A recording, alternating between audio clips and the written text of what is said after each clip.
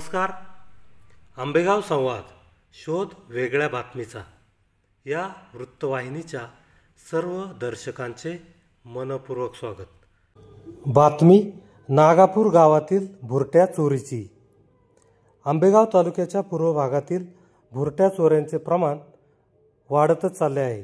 नागापूर गावाच्या हद्दीत मिंडेमाळ्याच्या अलीकडे नवीन बंगल्याच्या स्लॅबसाठी वापरल्या जाणाऱ्या लोखंडी प्लेटा अज्ञात चोरट्यांनी लंपास केल्याची घटना गुरुवारी दिनांक 10 रोजी सकाळी उघडकीस आली.